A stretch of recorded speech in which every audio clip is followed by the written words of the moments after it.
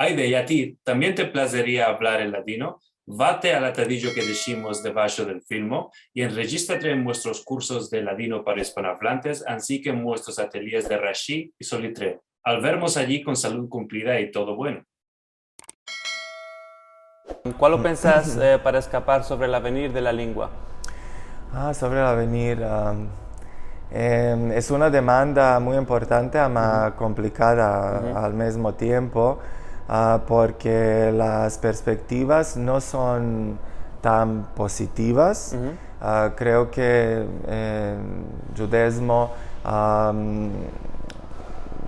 deja de usarse como lengua de comunicación diaria. Sí.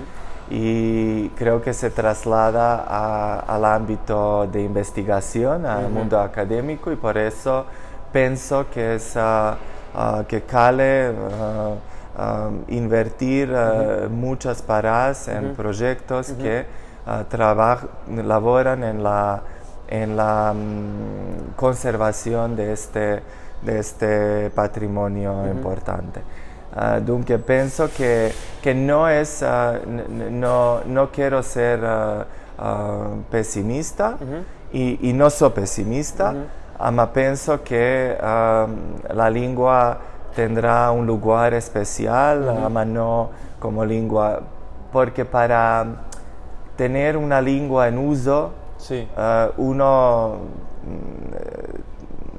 cal tener una comunidad que lo usa cada día y día, y todo es posible si hay una situación así como el caso de Ivrit en Israel. Sí. Ama la comunidad sefardí está por todo el mundo, y esta comunicación es muy limitada, y por eso pienso que el futuro está en el mundo académico, en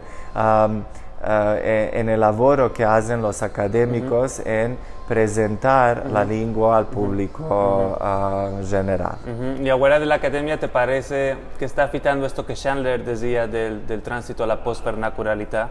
Que va a haber más y más gente que saben unos poquiticos verbos, más que no lo planean para hacer una conversación. No, sí, yo estoy de acuerdo, estoy de acuerdo justo porque hay proyectos como por ejemplo, tú vas a donar cursos de clases de judeo español en Londres, yo doy clases en INALCO en París, hay clases en Israel, hay clases en Oxford, hay clases en América, dunque sí, la gente va a conocer bien la lengua, ama usarla día a día.